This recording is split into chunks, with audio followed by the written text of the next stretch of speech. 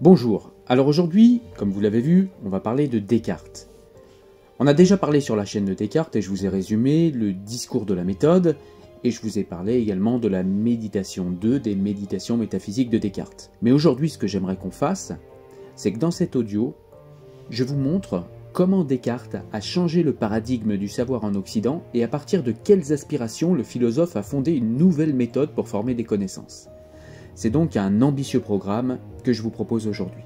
Alors commençons par dire que Descartes entrera et restera dans l'histoire de la philosophie comme le créateur d'une nouvelle méthode permettant d'accéder à la connaissance. Celle-ci aura non seulement une utilité théorique, mais aussi une utilité pratique et éthique. C'est une méthode universelle pour conduire la raison.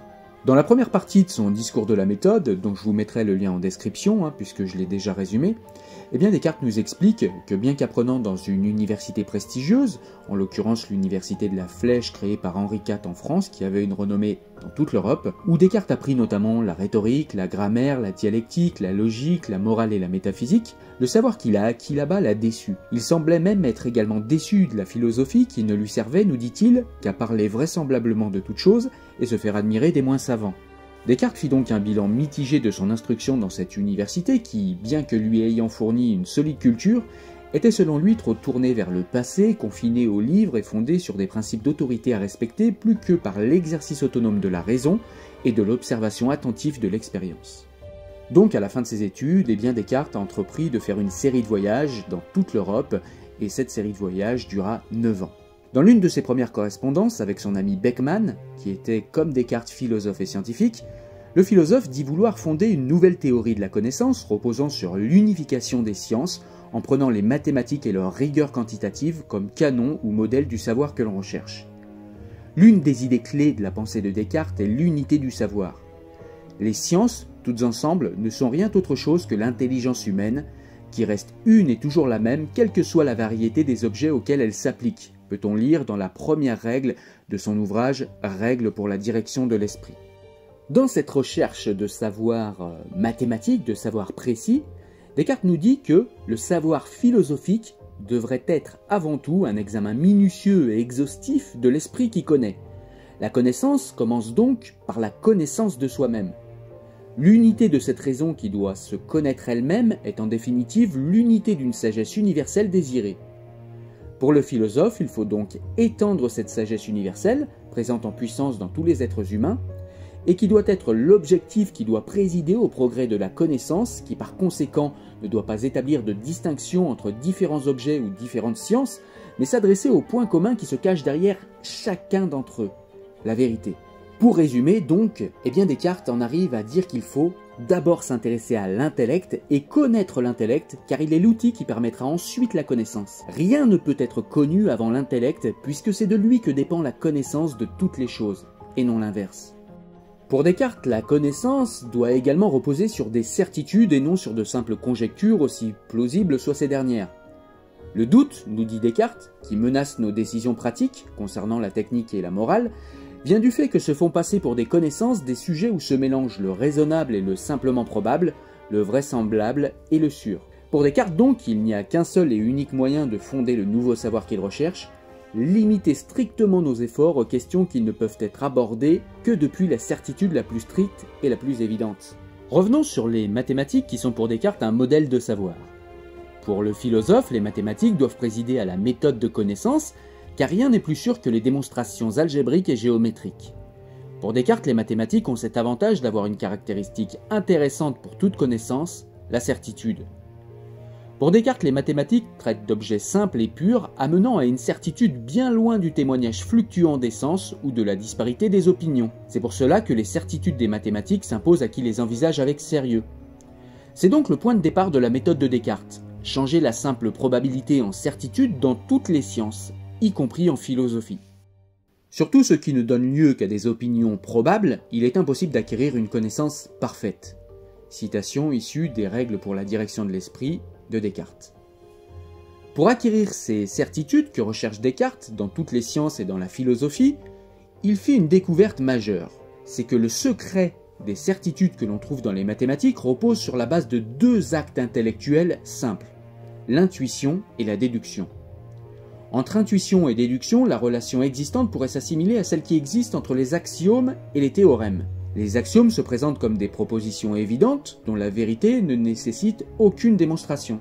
Les théorèmes, eux, sont des propositions qui doivent être démontrées par une règle de déduction et développées par le biais d'axiomes et de théorèmes déjà démontrés. L'intuition et la déduction entretiennent une relation analogue. Pour le philosophe, l'intuition est ce qui se conçoit sans qu'aucune démonstration ne soit nécessaire, donc. Cependant, comme ce qui se conçoit intuitivement par nos sens est susceptible de nous tromper, comme l'exemple du bâton qu'on met dans un seau d'eau et qui paraît cassé alors qu'il ne l'est pas, ou bien le soleil qui paraît tourner autour de la Terre alors qu'évidemment c'est la Terre qui tourne autour du soleil, eh bien Descartes en déduit que seules les vérités immédiates réalisées avec les yeux de l'entendement sont véritablement fiables. Le philosophe cartésien entend par intuition, dans sa célèbre définition des règles pour la direction de l'esprit, je cite, « Non pas le témoignage changeant des sens ou le jugement trompeur d'une imagination qui compose mal son objet, mais la conception si facile, si distincte, qu'aucun doute ne reste sur ce que nous comprenons. » L'autre point intellectuel qui permet d'avancer avec certitude dans une démonstration est donc la déduction.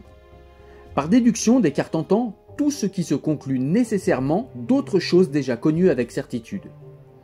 Comme nous l'avons vu, la connaissance intuitive est directe, immédiate et presque instantanée. La déduction, elle, implique un processus continu, un mouvement médiat de l'esprit qui avance pas à pas en conservant à chaque étape la certitude accumulée lors de l'étape précédente. Ainsi, chaque étape de la déduction est comme le maillon d'une chaîne de certitude dont le total de la démonstration, et donc la solidité de la totalité de la chaîne, dépendra de la solidité de chaque maillon. Quiconque a déjà parcouru la démonstration d'un théorème mathématique du début à la fin doit reconnaître que la vérité démontrée au terme du processus n'était pas immédiate, c'est-à-dire intuitivement évidente depuis le départ, mais pourra également constater que sa certitude reste constante tout au long du processus, pour autant que l'on ait pris soin que le passage de chaque étape à la suivante se fasse en ne laissant d'espace que pour la certitude de l'intuition dont nous avons parlé un peu avant. Déduire, c'est donc le large processus qui nous permet de passer intuitivement d'une vérité à la suivante. Pour cette raison, la déduction peut être interprétée comme une sorte d'intuition prolongée dans le temps.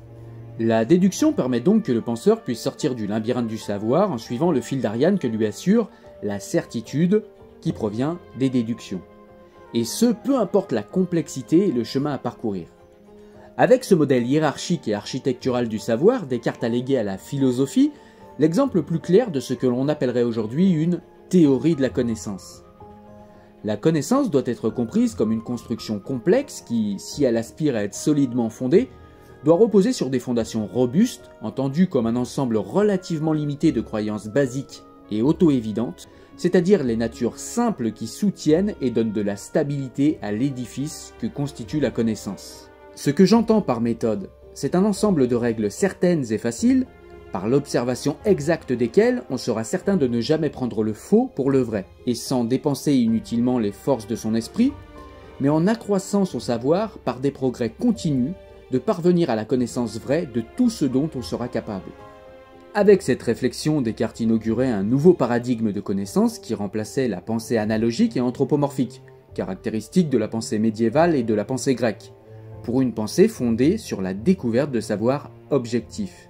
Pour connaître, il ne suffit pas de chercher des ressemblances et de tirer des conclusions à partir d'analogies partielles entre objets, car selon Descartes, le savoir analogique donne tout au plus des conclusions probables et des hypothèses vraisemblables, mais aucune certitude. Par ailleurs, pour Descartes, il faut passer d'une recherche qualitative à une recherche strictement quantitative, fondée sur une description fine des objets sur lesquels on pratique une recherche. Cette réduction du physique au mesurable se trouvait à l'origine de la tentative de Descartes de transformer la matière en extension géométrique, un autre sujet clé de la méthode cartésienne que l'on trouve dans son livre « Règles pour la direction de l'esprit ».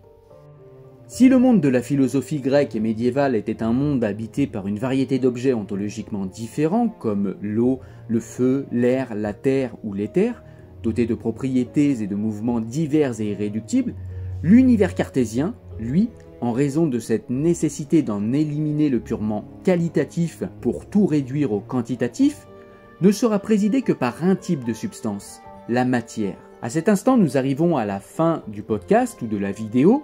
Parce que nous avons expliqué quelles étaient les aspirations de Descartes pour avoir des connaissances objectives et des connaissances précises. Pour comprendre l'application concrète de ces aspirations et de ces méthodes qui ont été expliquées dans cette vidéo, je vous propose d'écouter la vidéo ou le podcast où je vous résume le discours de la méthode de Descartes. Je vous remercie pour votre écoute et je vous dis à très bientôt. Au revoir.